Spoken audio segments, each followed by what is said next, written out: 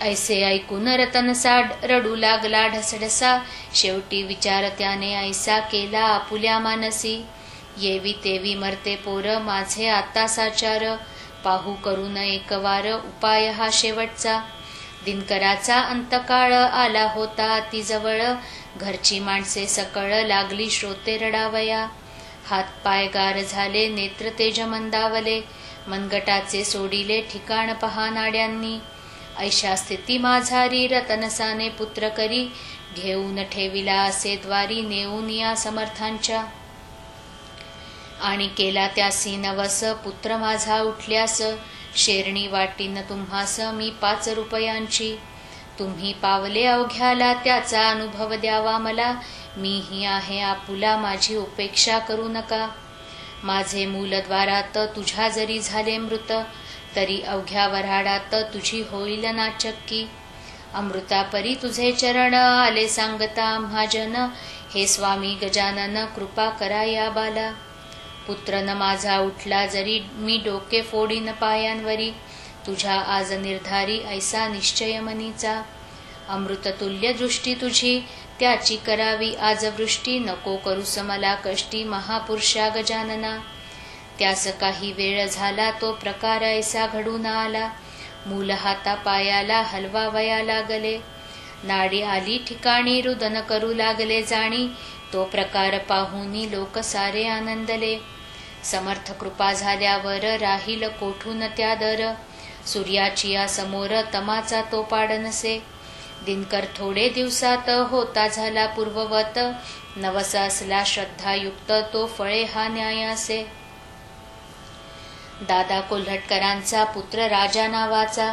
आहे प्रसाद समर्थांचा संत कृपा अमोल खरी. कन्या रामचंद्र पाटलाची चंद्रभागा नावाची. ज्वान 18 वर्षांची लाडेगाव सासरजीचे. ही असता गरोदर प्रसंग आला दुर्धर. प्रसूतीची वेळ फार कठीण स्त्री जातीला. लाडेगावाहून माहेरी चंद्रभागा आली खरी. प्रसूतीस्तव निर्धारी जनरीतीप्रमाणे. मोठ्या कष्टाने प्रसूती झाली तिची निश्चिती. तोच चंद्रभागेवरती ज्वरे अंमल बसविला. तो होता नवज्वर थकून गेले डॉक्टर. औषधोपचार केले फार आपुल्या मुलीस पाटलांनी. थोडा बहुत गुण आला व्याधी तितक्या पुरता दबला. परी नवता मुळीच झाला नामशेष देहातुनी. चंद्रभागा आजारी पडू लागली वरच्यावरी. एकदा अकोल्या नेली खरी औषध तिला द्यावया. वैद्य विधाने नाना करीती. कोणी नळ संग्रहणी बोलती. कोणी वैद्य ऐसे म्हणती क्षय झाला मुलीसया. मेळ एकाचा एकाला नाही मुळी लागला. मग पाटलाने विचार केला आता वैद्य गजानन. तारो अथवा मारो इसी अंगारा लावा प्रतिदिवसी.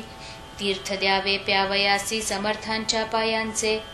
पिता मोठा निष्ठावंत समर्थांवरी अवघा हेत. हळूहळू त्या पोरी प्रत गुण येता जाहला. तिला उठवत नव्हते शय्येसी. तीच आली दर्शनासी. पायी चालत मठासी हे महत्व अंगाऱ्याचे. निष्ठावंत ज्याचा भाव तयाशी पावे देव. उपास्यापदी भाव उपासके ठेवावा. रामचंद्राची अंगना जानकाबाई सुलक्षणा. परिदैव योग सुटेना तो भोगल्या वाचुनी. वाताचा विकार झाला जानकाबाईस साचार. पोटदुखे वरच्यावर काही उपाय चालेना. औषध देता दबे वात पुन्हा उठे पूर्ववत. ऐसा क्रम बहुत दिवस चालला होता श्रोते हो. त्या वाताची अखेरी होती झाली मस्तकावरी. मेंदू बिघडला निर्धारी गेली जाणीव मावळून. वेड्यापरी करावे वाटेल ते बोलावे. कधी उपाशी निजावे कधी बसावे जेवत. कोणी म्हणती लागले भूत कोणी म्हणती रोग सत्य. काही वधू लागले तेथ हा करणीचा प्रकार असे. काकी जितके असती जमेदार त्यांचे असते वाकडे फार. दुबळा आपुला दावी जोर चेटूक करणी करुनिया. औषध उपाय बहुत केले जाणतेही आणविले. गंडे बहुत बांधिले करी जानकाबाईच्या. पाटील घरचा श्रीमंत तो सापडला अडचणीत. म्हणून येता झाला ऊत अवघ्या त्या दांभिकांना. कोणी अंगात आणावे वेडाचे निदान करावे. काहीतरी सांगावे धनास्तव पाटलाला. तो बिचारा सारे करी कांता बरी न होय परी. विचार त्याने अखेरी ऐशा रीती ठरविला. वैद्य आता गजानन जाणता आता गजानन. देव ऋषी आता गजानन. तो जे वाटेल ते करो. माझी बायको सून त्याची ही भावना माझी साची. आता अन्य उपायांची गरज नाही आम्हाला. तू उद्यापासून प्रातःकाळी करी स्नान. मठा माझी जाऊन घाली प्रदक्षिणा समाधीसी. ते तिने पतीचे वचन सर्वथैव केले मान्य.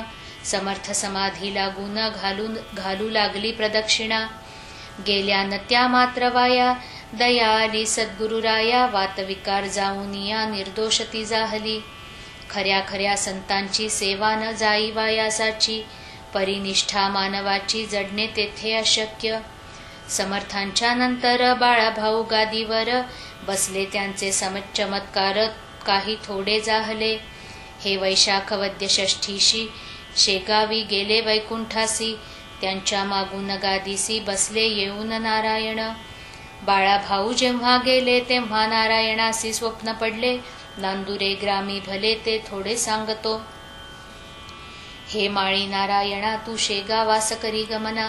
रक्षण्या भाविक जनांना ऐसे मला वाटते. ऐसे स्वप्नी सांगून निघून गेले गजानन.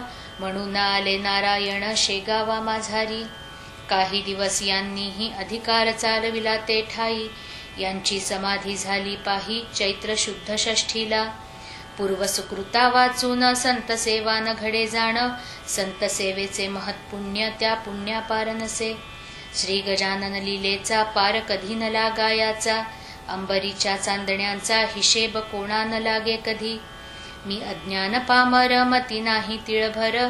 मग हा लीला सागर मुखी केवी वर्णू हो. त्याने जे जे वदविले ते ते मी कथित केले. लेखणीने अक्षर लिहिले परी तेन तिचे सामर्थ्य.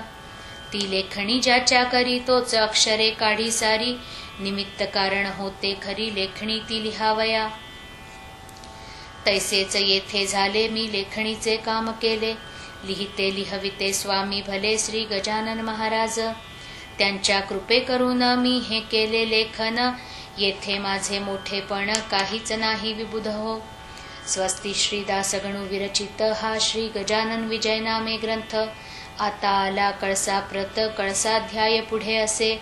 शुभम भवतु श्री हरिहरार्पणमस्तु. इति श्री गजानन विजय ग्रंथस्य 20ोऽध्यायः समाप्तः.